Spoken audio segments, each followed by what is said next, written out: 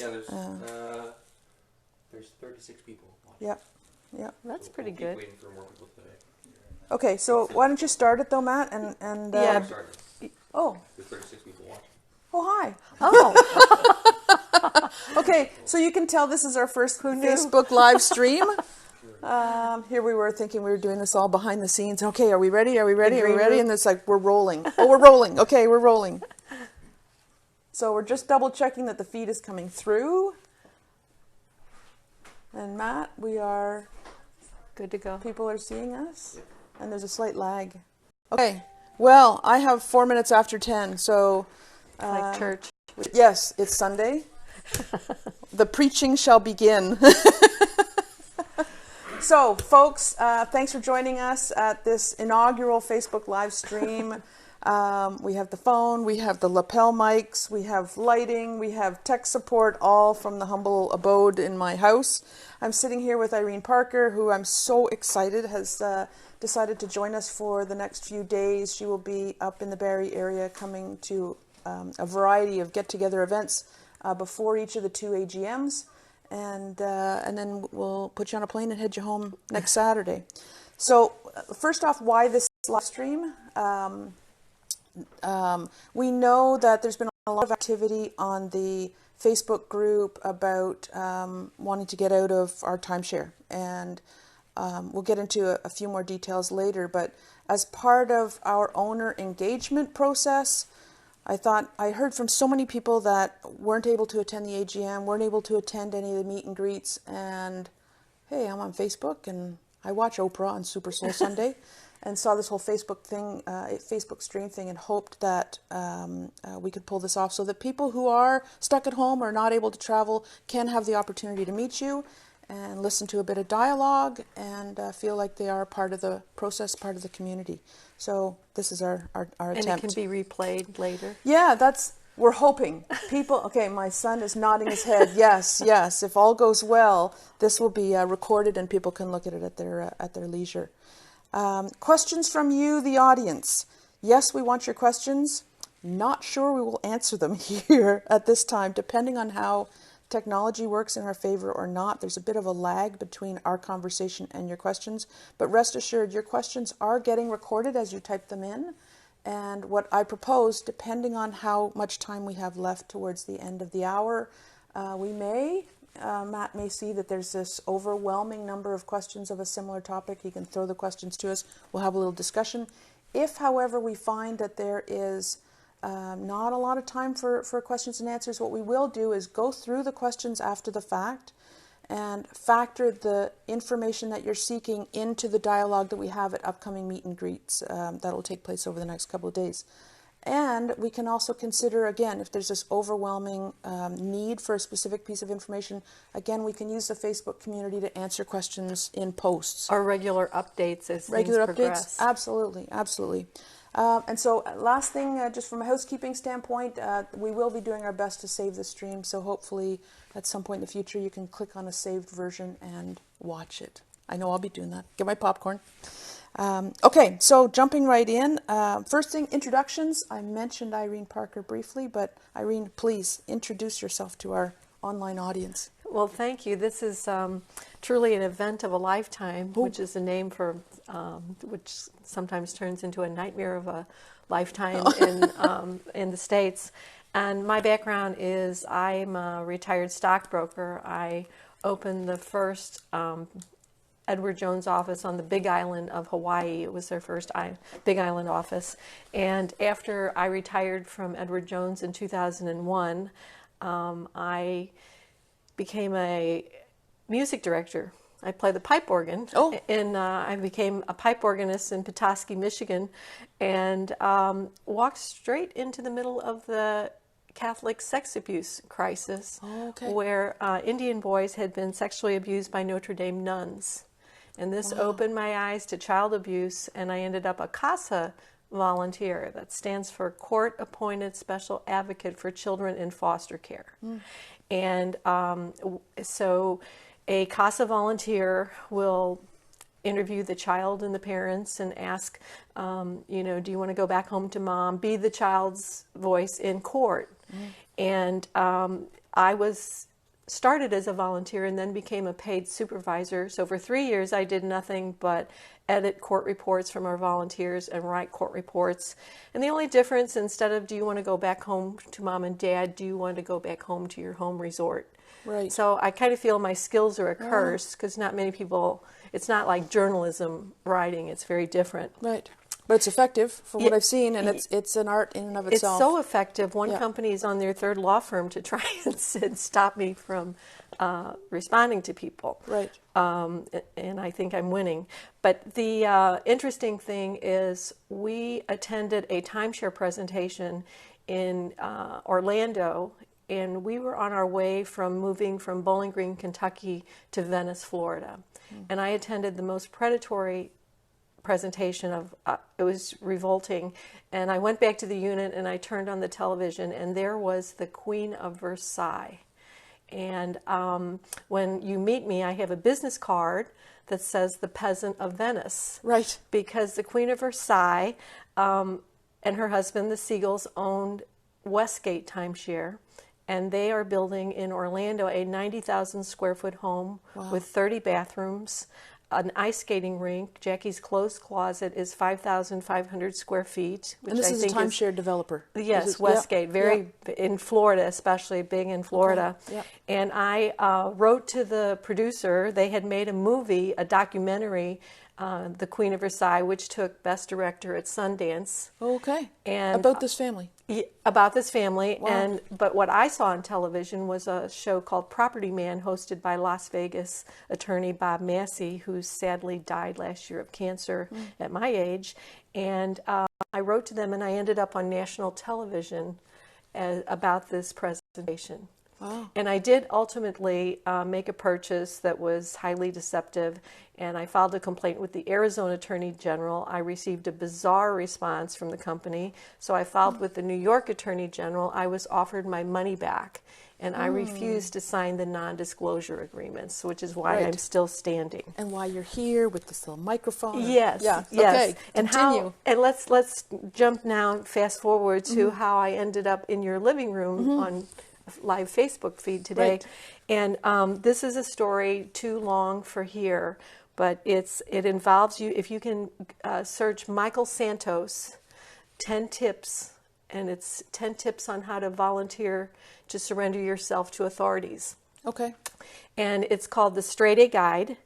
And one of the Facebook, your Facebook, well, I don't know if he's on Facebook, but he's going to be at the meeting. I didn't get permission to use his name, so I won't. But he signed up for a support course that a timeshare exit company has referred their cast-offs. So these are basically fully paid for timeshare members that don't have a loan, and they just feel like there's nothing they can do for them. Well, there's a lot to do for them in the States, because TARDA, the timeshare lobby, has a coalition of responsible exit due to media pressure. I published many articles about the eternal vacation with people in heaven holding hands on the beach. And that brought enough pressure that they do, not me alone, there was pressure. I wish I was that powerful. But now you can Google to their website, and there's 16 boxes, and 4 of them are Wyndham. This is in the Responsible Exit website. website. In the Responsible Exit website. All the companies declaring that they have an exit strategy. Right. And of the 16 big guys, 4 of the boxes are Wyndham. And one of them is Shell Vacations. Well, one of the 4 of Wyndham is Shell Vacation. Wyndham points, they'll take those back. And so I've been able to, the owners will make the call and they'll say, find a buyer. And I will call and say, well, their top lobbyist said there's no secondary market, but owners don't mind that because they value the experience. So there's where we have the disconnect between what lawmakers are hearing and what's going on in the trenches. So this person who contacted you after taking this short course. He signed up the course, and they let me name it. It's called the Free at Last Online Timeshare Support Course. And the So this person signed up for that. signed up for that. The straight A guide, their clients are prisons. So when you hear this story, it involves a cocaine trafficker, a former bank robber, and a former felon of securities fraud. You can't find three better people to help you with your timeshare problem. One of them ended up an attorney and has been interviewed on 60 Minutes and is now working with the Trump administration on criminal justice reform. Right. So this person signs up for this course. Yes. Hoping, because he's a Carriage Hills owner. He signs up for the course. He proceeds to work his way through the course, but presumably struggles a bit because, in particular, Carriage Hills with the in-perpetuity clause and the deed and so on, is he able to extract value for his special circumstance? Why does he contact you? Well, he signed up with the course. Okay. So through the course, I'm thinking I know a lot about Canadians that have purchased in the U.S. I know nothing about Canadians that purchased in Canada. Okay. So one of your Facebook members in Quebec, I said, hey, how about this Carriage Resort? And I receive a response that says you can't even foreclose, and I'm like, what?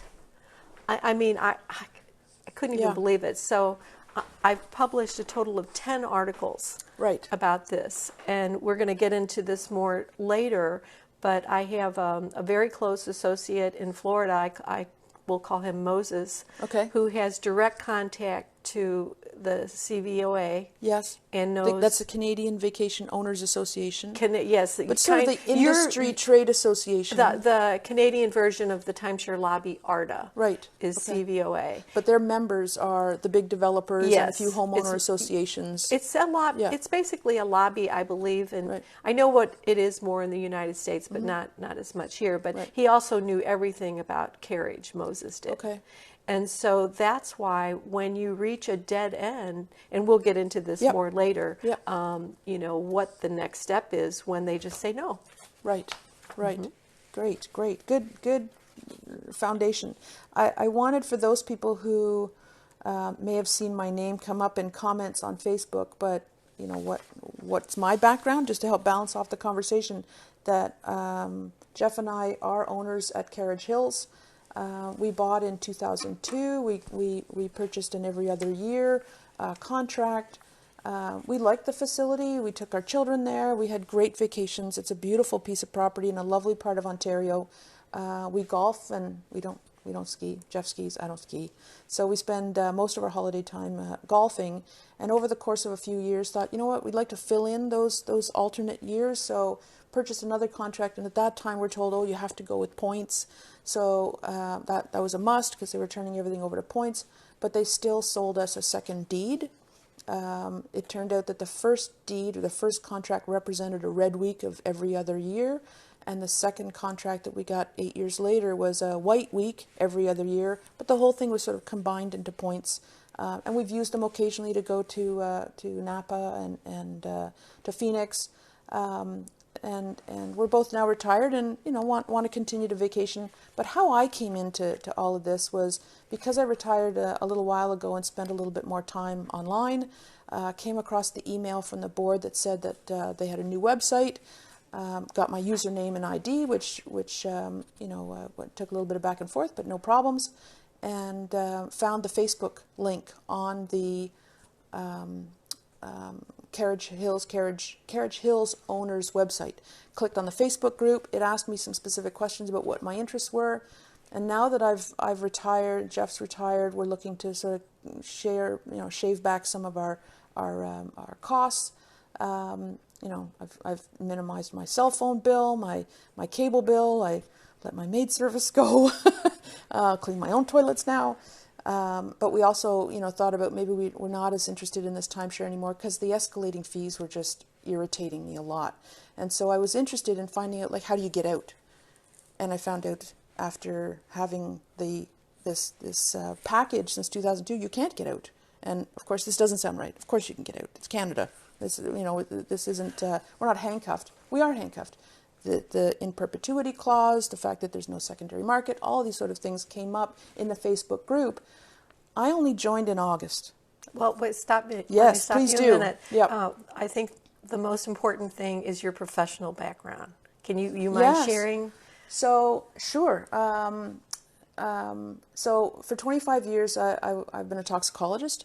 I helped chemical companies, or I helped before I retired, helped chemical companies gain approval in a variety of countries around the globe for new chemicals. So I have a scientific background, human health and environmental risk assessment. Not just a toxicologist. Regulatory, yeah, yeah. It's I ran a group. I consider myself pretty intelligent and fairly articulate, and I can decipher sort of what's the problem we're trying to solve here, and then work towards a solution, be very collaborative in nature, very respectful of all people around the table. But in looking at this whole timeshare thing with that perspective, thought I should be able to get out of this. So I hunkered down and I read the bylaws and I read the timeshare agreement and I talked to people on the Facebook group, and it all seemed to be this concerning problem that I wouldn't be able to get out. And at that point, having only been in the Facebook group for a couple of weeks, received a note from that person who you mentioned in Quebec, who said, she knows this person named Irene. Irene is an eloquent writer and able to use social media to a great advantage to shine a light on problems, but she needs some stories. Just to put some faces behind what exactly is the situation.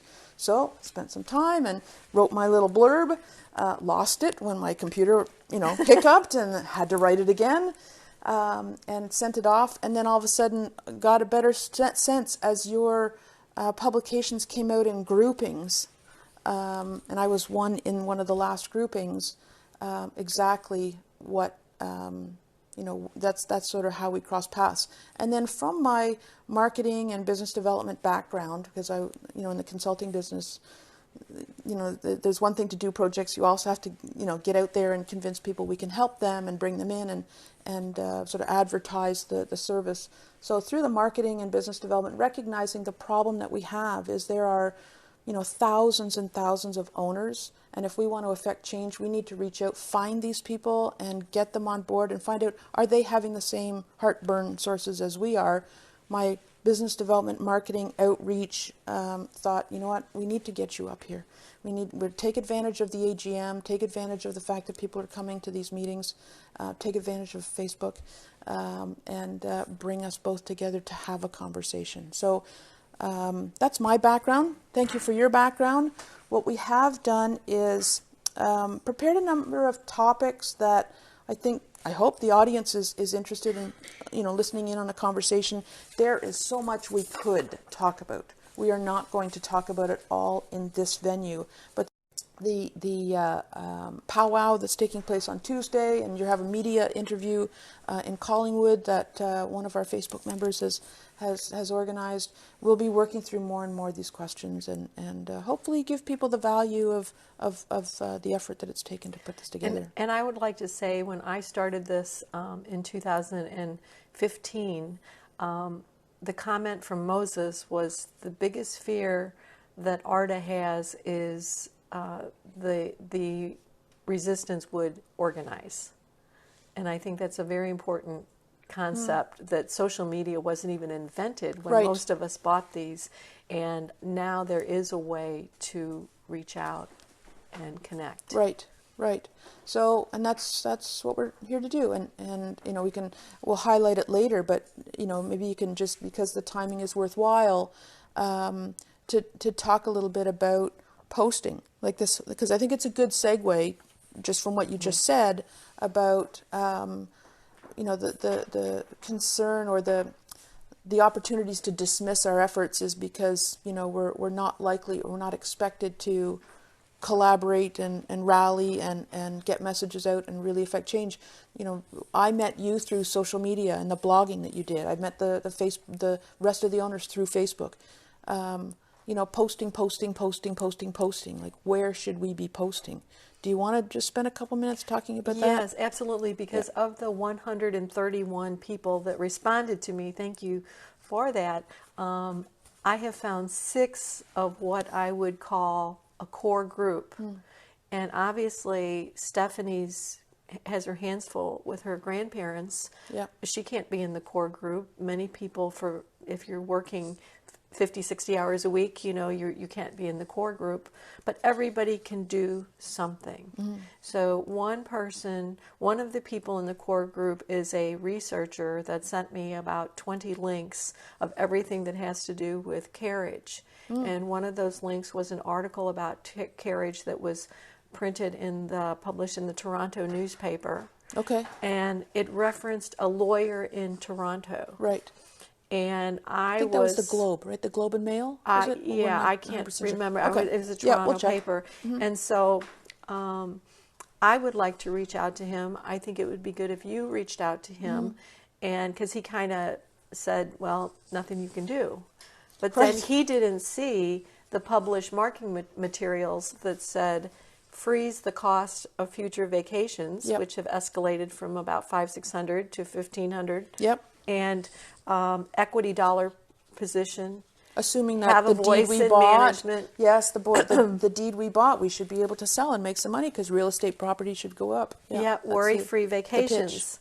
And so that is one. And I know in Quebec, they formed a group and people contributed money, and they had a hand. I'm sure I'm accurate on this. I know I published a couple articles about it. Yep. In Quebec, they have passed a law that has redefined timeshare as a service contract, like a gym club, that could be canceled for a variety of reasons. It doesn't apply to deeded weeks. But it's a step in the right direction, and it's in our country. And it was, and that core group came from a Facebook group, of 4,000 members. So, as a minimum, the call to action, sort of, giving a hint of what's to come in this conversation. But one of those important calls to action. So, write this down, people, because what we need from you is when you are surfing on Facebook, not just this group, but certainly there are lots of other Facebook-related groups, and we can certainly, probably in the files section of our group, put the links to other Facebook groups where go there. Give them your story. If you see something, for example, I saw that Wyndham had posted their quarterly results or their annual results and were, waving their hands all excited that they had made a ton of money. And so I just posted, because it's social media, posted like, well, what are you going to do about your property in Canada where, we're handcuffed to the facility and, people are losing their shirts. Are you really proud of your numbers in this context? Send. Just little things that you can post here, there, news articles, media articles, all sorts of things. Not just Facebook. I started this by looking on TripAdvisor. I just typed in my company name and complaints, and I read the most astonishing complaint I could ever imagine, and you can post there as well. Right.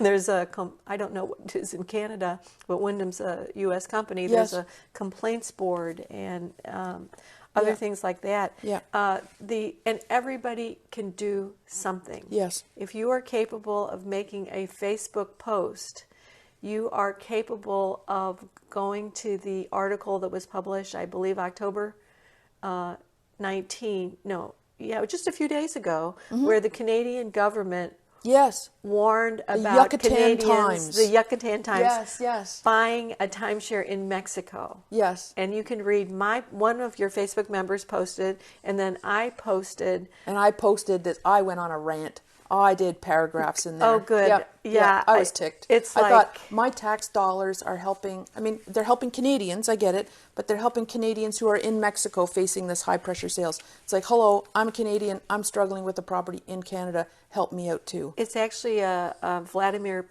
Putin style of PR management to deflect it. Yes. Point the figure. Yes. Is somewhere else. Okay. And so you can read my post on that. But everybody that sent me an email, there should be an outreach. 131. Find that article.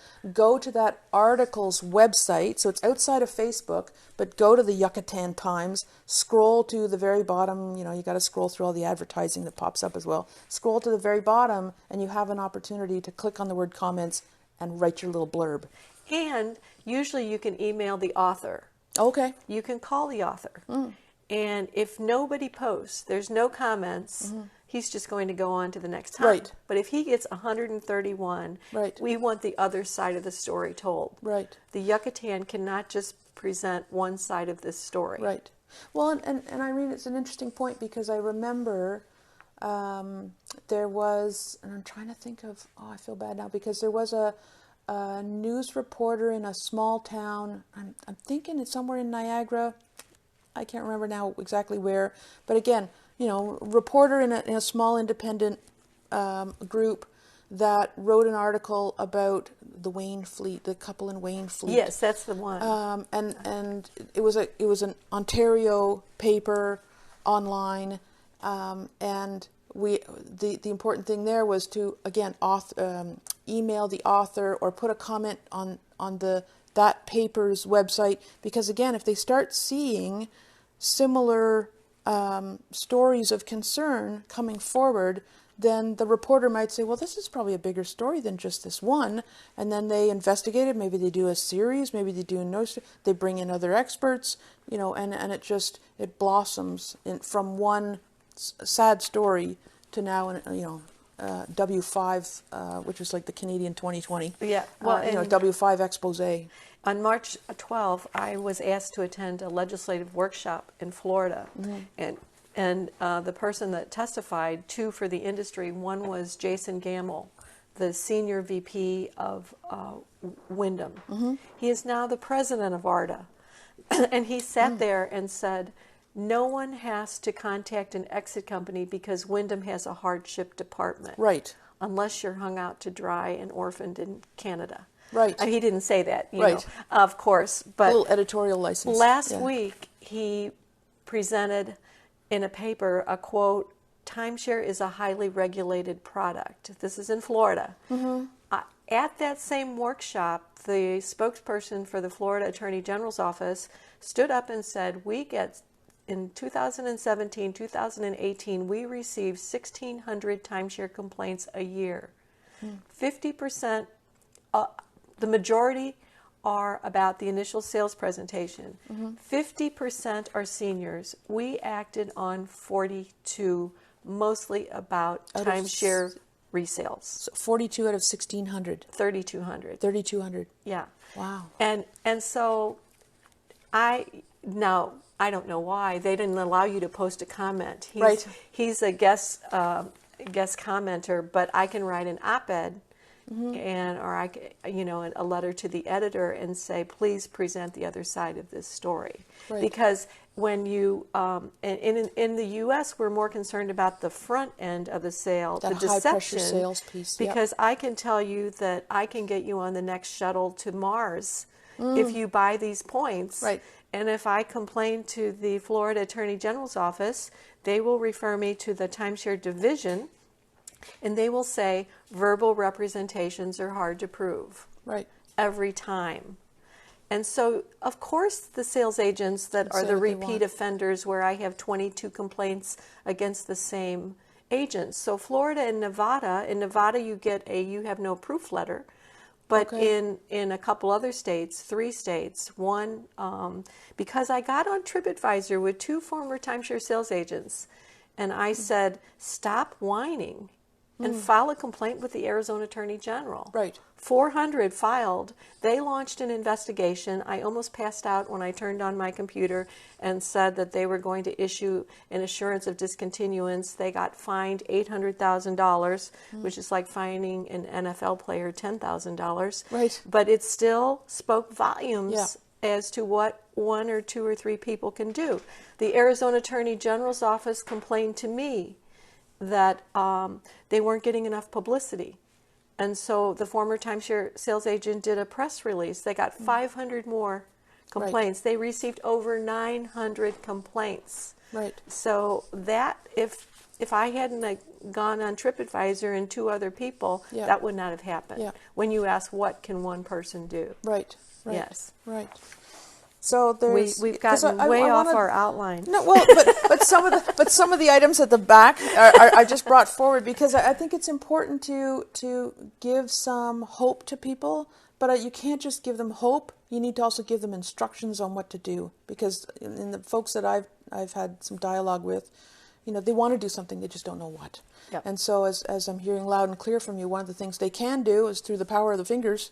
They can spend some time and put their stories, and especially if you've got, it's something well written, it's brief, you can put that same story in lots of different places. And if more people do it, and so on and so on and so on and so on. And we're going to be talking later about the counter effort. Yes. With TARDA. Yes. And we're going to be, I'm no longer going to write for Inside Timeshare because I want the focus. Inside Timeshare is published in Spain, where they've been able to make perpetual contracts illegal. Right, I saw that. And I need to focus the shift to our new initiative. Right. Which we'll talk about at the end. And we will absolutely leave time for it because it's super important. So coming back to where we were, one of the things that I wanted to make sure we touched on, just to organize my thoughts a little bit, was like, so what is the problem we're trying to solve? And some of this is blatantly obvious based on what we've discussed, but clearly there's problems at different levels. You sort of have the individual owner's dilemma. I think from the resort perspective, the resort has a dilemma.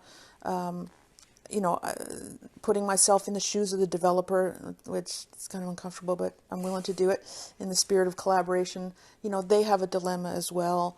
And even governments, I think they have a dilemma. So just to highlight what's in my mind in terms of the problems that we're trying to solve, at the individual level, we have an aging population, as we all know, that aren't as able to travel as they used to. We've got these escalating maintenance fees as people are starting to receive their bills now, and they're just so, wow, this is not sustainable. And the problem with those two circumstances feeds into, we don't have an exit strategy. We absolutely don't have an exit strategy. And the reason for those that, if you were in my shoes in July when you thought you had an exit strategy, the reason why you don't is because in the time-sharing agreement, there is this in-perpetuity clause, which basically says the timeshare program will continue on and every owner shall pay your bill until such time as one of a few things might take place. And one of those is if the program or if the resort should be declared obsolete.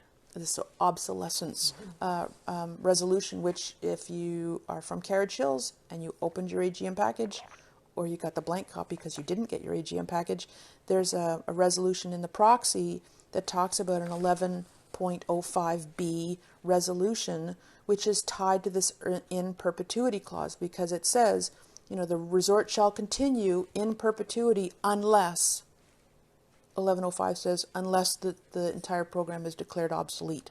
And so that's an out that if we declare it obsolete, then it's no longer in perpetuity and the whole thing is sold, or we can talk about what options might be available. But that's how, sort of looking ahead, how this in perpetuity clause is handcuffing us in, because thou shalt be available forever unless. And you had another property where that happened, or you were aware of another property where they did that? Yes. So my understanding, and I'm not as close to the details, and there's some folks on the Facebook group that are far closer to the situation with Horseshoe Valley. There was a similar timeshare property down in the valley tied to Horseshoe that I guess was having a similar problem with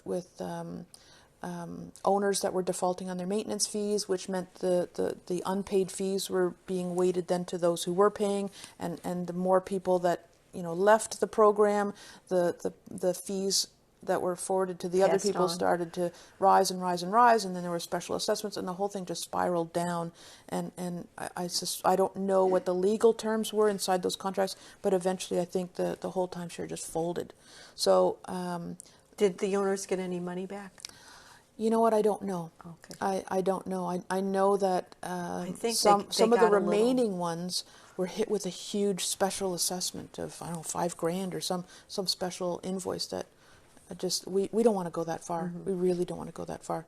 So again, the problem we're trying to solve is we have this no exit strategy because of this in perpetuity clause. It says it's forever unless. And although in August, when I again, was just starting to wake up and find out about this, I thought I was booking something. I think I was booking our trip to Mexico in a Shell Vacations property, and I called Wyndham, like Shell Vacations, because there was some confusion about the availability of the property. And the gentleman on the phone, very nice, very helpful. And I said, oh, by the way, like if I ever wanted to get out of this timeshare, is there a way to do that? And he said, oh, yes, no problem at all. It's called Ovations. Oh. And I went, oh. And I slept very well that night. And sure enough, the more I got involved with this Facebook group, I said, well, why are people so upset? There's this Ovations program. No, it's not available. There's for several different reasons. For the sake of time, I won't get into. But for this Canadian property, the Carriage Hills deeded program is not eligible for Wyndham takeback. And think how powerful that the senior VP stated to state representatives. Right. That there's this no one has to responsible call exit because program. we have a Ovations. Yes. And I'm stewing. So be careful, right, Jeff? When I stew, yeah, he's not. But it's about holding their feet to the fire. Yeah, and it's just they said the person on the phone said to me, oh yeah, we have the Ovations program, and I sighed relief, thinking that was my salvation at some point in the future when I was ready to get out. And it was this Facebook group where I learned that it's not available. Right. So the power of Facebook. And then the other one I just want to touch on, because it has been a sore spot with a few of us, is this. The problem we're trying to solve is to improve the transparency of what's going on with our board. The board of directors and new members will be voted in at the AGM, so show up and vote. And if you don't show up, send your proxy. Never too late. Well, it's getting late, but hopefully never too late. Because the board of directors is supposed to be a group of people who represent the interests of all the owners on managing the property and interfacing with the developer. And we've lost a bit of faith. And there's a few of the board members who have worked like dogs, and there are others not so much. We sort of wonder where their loyalties lie. So there is some concern. The problem we're trying to solve is to be a little bit more aware of what's going on in the boardroom, because they're supposed to be representing our interests. They have these in-camera sessions where even if owners do go to the board meetings, the board goes behind, the curtain and has a conversation, and then comes back out and shares what they think is needed to be shared. We got the email about the BDO Dunwoody involvement, but we're hoping at the AGM they'll tell us a little bit more about what's going on. A survey was sent out after more than a year of waiting for that thing. We're hoping at the AGM that we'll find out what happened with the results of that survey that was sort of testing, checking in with people as to what degree they wanted to stay.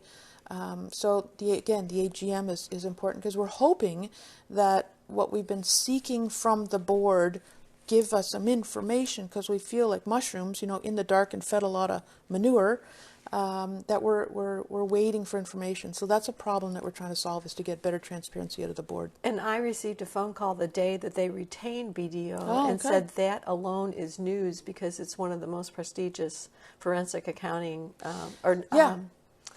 maybe forensic isn't the right word, but well, they do tax and finance and bankruptcy and like the strategic financing. Strategic accounting, is the strategic word. accounting. Yeah. Yes, they are well respected. Although, but we don't know what's the scope. Why were they brought on board? An email came out that sort of mirrored, like for the Carriage Ridge business, it mirrored the Carriage Hills story. But interestingly enough, the Carriage Ridge AGM package did not include the obsolescence provision. So we don't know where that's coming from. So there's a lot of head scratching what's going on. We're hoping all will be clear at the AGM. Yes, it's not. Yeah, it's my right to dream. It's my right to dream. So anyway, the problem we're trying to solve with individual owners is, a bit of on a selfish level, that we want to get out of the contract, and we know we've got this problem of a no secondary market, and we want to hear from the board. At the level of the property, we know that there's some issues with the finances.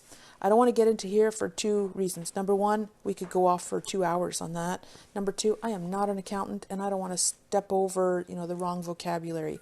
But suffice it to say that when we got the access to the income statements, and the audited statements, it's really concerning, the level of unrecoverable receivables. And one of the core group of 6 that I've identified is an expert. Yes, in, she in is numbers. really good. Yes. And there's actually a couple that I've seen sure. have some conversation back and forth. So they are the better of the folks to talk about and describe and put charts up and explain just what's going on. But let me just leave a little exclamation point in that topic that it's concerning. And you thought maybe Monday would be a good chance? Yeah, we'll see if we can fit it in. I'll find out if our numbers wizard is going to be available to talk to us about just what do these numbers mean, because there's a lot of people that don't understand. They look at a financial statement, go, I don't understand this. Right.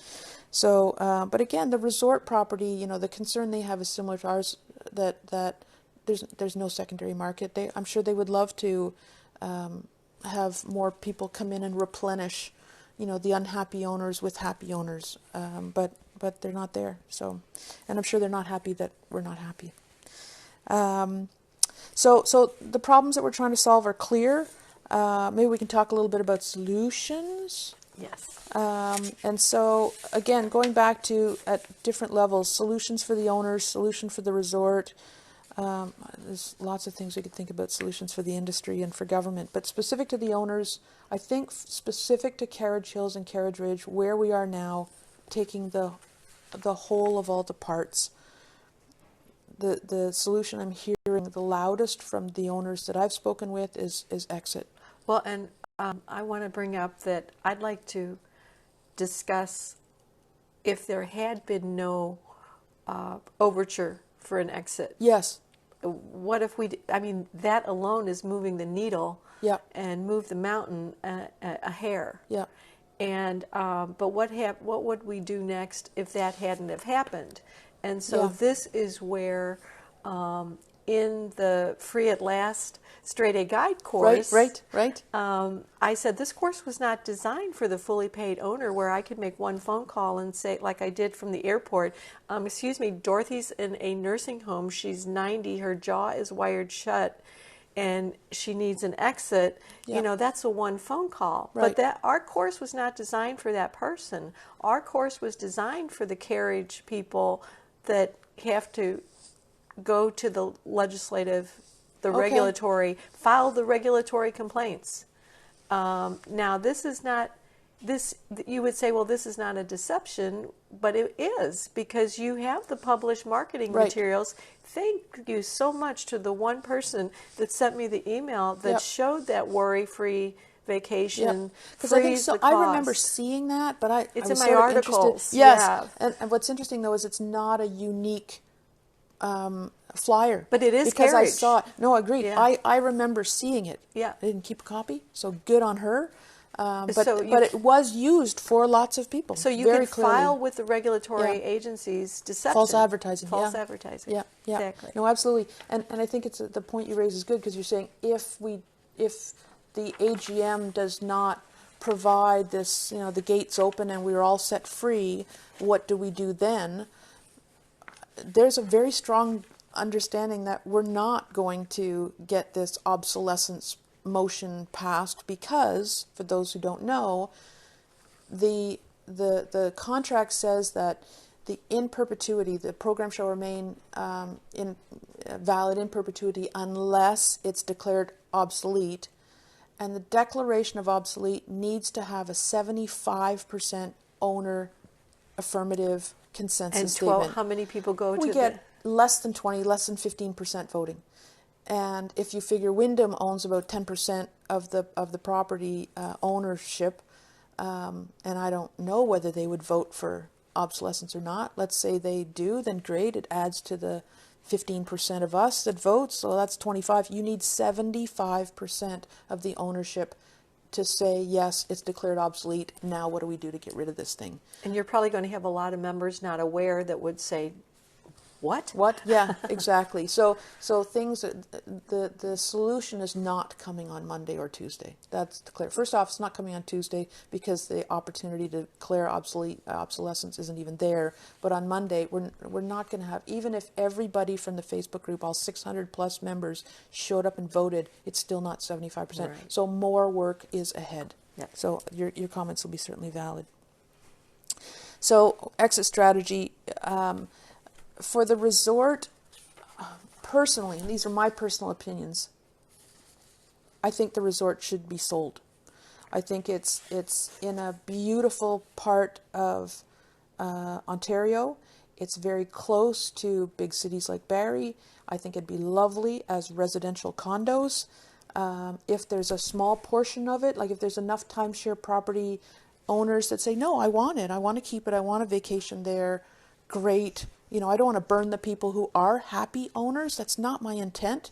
It's how do you balance off the people who want to keep their timeshare and the people who don't. Or if they're sell off a happy chunk. and they're not aware. Or they're not unhappy yet. But they're not aware that there's no Right. exit strategy. And Yeah. that's why you mentioned the membership, Yeah. access to the membership list. Yes. So we're looking at that. But there are some folks, a small handful of folks on the Facebook group who are happy and want to keep the timeshare.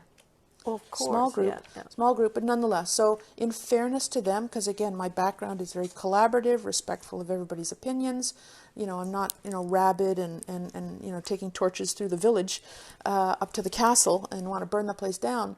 But certainly from a resort perspective, personally, I think that there could be value in establishing, if there is enough people who want to keep it, then there's and you'll see when I bring you up there this afternoon, the property is set up in chunks of residences. There's different buildings. And if they carved out or they sold Carriage Hills and turned Carriage Ridge into the timeshare piece, or they sold all of everything except one building, whatever. Or, so if they sell it all but a small piece to keep timeshare, or turn it into a hotel. Well, this is speculation, but Absolutely. I think It's just personal opinion. If you get back to the membership list with Yeah. people asking, what can I do? Yeah. And even if you can't travel anymore, what do you do if they just give you the names of the owners? Yes. How do you find them? Right. Well, you can find almost anybody these days.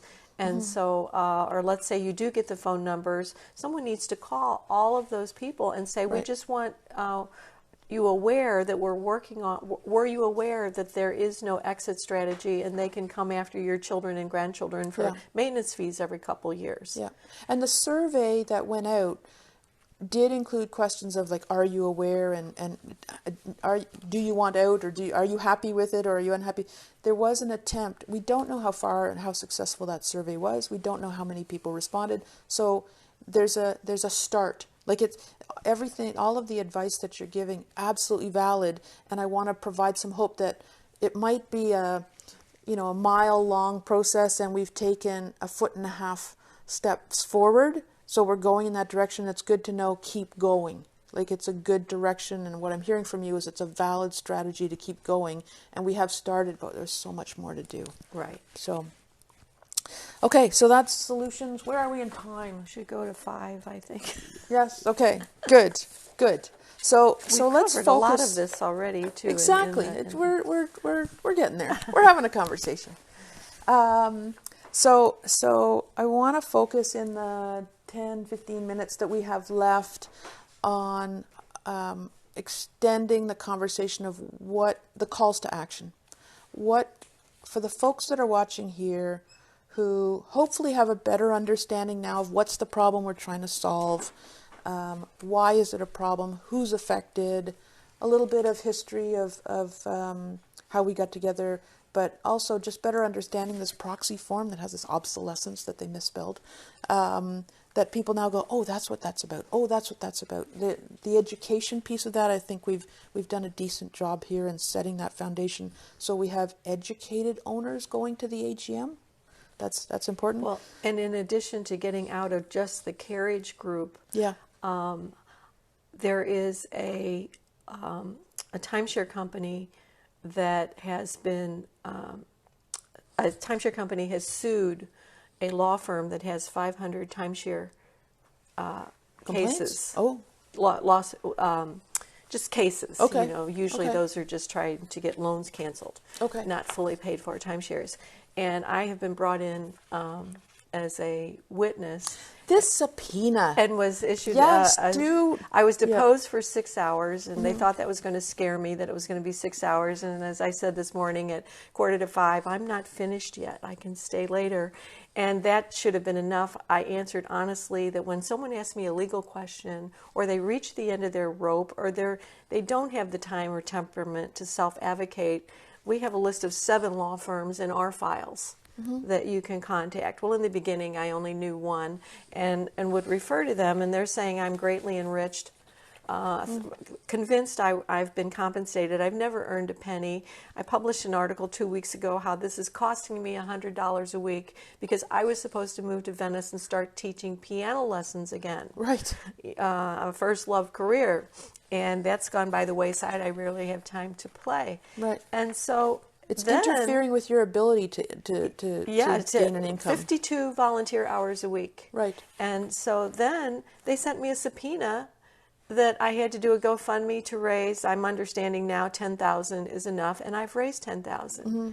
But and this is just to be clear, because folks might be a little confused. This is different than the GoFundMe that Lori for this trip, which I'm not charging her to sleep in the guest room upstairs, but certainly we went out for a nice dinner yesterday, and your airfare and the like. So the $1,800 GoFundMe campaign that was held probably about 6 weeks ago or so was to cover Irene's travel expenses for her to come here. And but I took that exact amount and I made a donation. Yeah, very kind. To our new, just by coincidence, it's called TARDA. Right. And it stands for Timeshare and Resort Developer Accountability, Inc. And it has, in contrast to ARDA, which is that the American lobby Resort group. Development Association. Right. And a very, very influential law firm in Washington, D.C. is the address. Okay. And I was referred by someone whose mother was horribly defrauded, who happened to know some very, very important and influential people. Mm-hmm.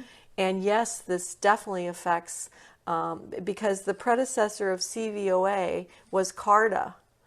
Okay, yes. Okay, yes, the Canadian versus equivalent. Yes. ARDA. Yep. And so so we are asking everyone to donate $10 to join TARDA. Yep.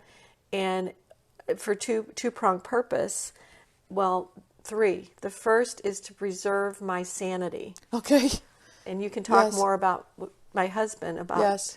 the concern about my sanity, because it is 52 hours a week. Yeah. And all I hear, if you think about Stephanie's grandparents, I hear 5 stories a day like that. How It's do you gotta be spend draining. how are Yeah. you spending your retirement, Irene? Angry. And Yeah. and so Well, I just read just the Canadian pieces, the 131 or so that came from us, and it's heart-wrenching, and I can't imagine that you're the lightning rod for all of these really difficult I situations get that calls people are from in. Malaysia to Yeah. England, and but the important is it costs $100,000 a year to lobby at the federal level In the and States, play in yeah. that court Yeah. where the Wyndham senior VP was making those statements. Mm-hmm. And then the other thing is succession. Right. Everything. I asked you this yesterday. Is you should call this media person. You should call Yeah. 60 Minutes. And so the person that designed our website is one of our core 6. It was the first time he attempted to build a website. Right. And one of these works 12 hours a day, person, very computer sophisticated. Right. And so then we have 4 other people that are going to be answering the contact us. Okay. So it's not Yeah. just emails to me. Yep. And so this is an opportunity that came to us, that if there are guardian angels out and about, the ones that first referred me to the lobby organization and then to their attorney, who set it has up. called this law firm. And guess what? The law firm for the resort company is the same law firm for ARDA. And I am convinced they didn't like the optics of coming after me directly, so they're hiding behind this smoke screen, calling me in as a witness to a lawsuit I have nothing to do with. I didn't even know this law firm in 2015 Right. when it had been filed. Right. And I met the law firm in 2016 when there was a Wall Street Journal article called The Hard Sell Timeshare. New York Times comes roaring back, and this attorney was quoted as saying the oral representation clause is a license to lie. Right. And that same company is recording the closing session in response to their Arizona Attorney General hand slap And I said, what about the sales session? Yeah. That's when the crimes are committed. What are they doing? I warned them. This is going to be used against the member. Every time it's being dismissed, you didn't say anything on the recorded QA. We in the States, we have the Federal Trade Commission, unfair and deceptive sales practices. We focus a lot on the sales practices. Yeah, that whole upfront piece. But unfair is what's happening to Carriage, and it is unfair With that flyer. to be have your closing session recorded. You're coached by the sales agent. Don't say anything to QA because they don't want me selling these just to get you better financing. Okay. And so then it's unfair if you don't allow that timeshare consumer the opportunity to record the sales session. Right. And then we were going to talk about exit companies, where at the same bill proposed, we're concerned about deception for our customers, so we don't. The scammers who take your money, say they're going to sell, we want and you then to disappear. have 24 hours before you sign that timeshare exit contract.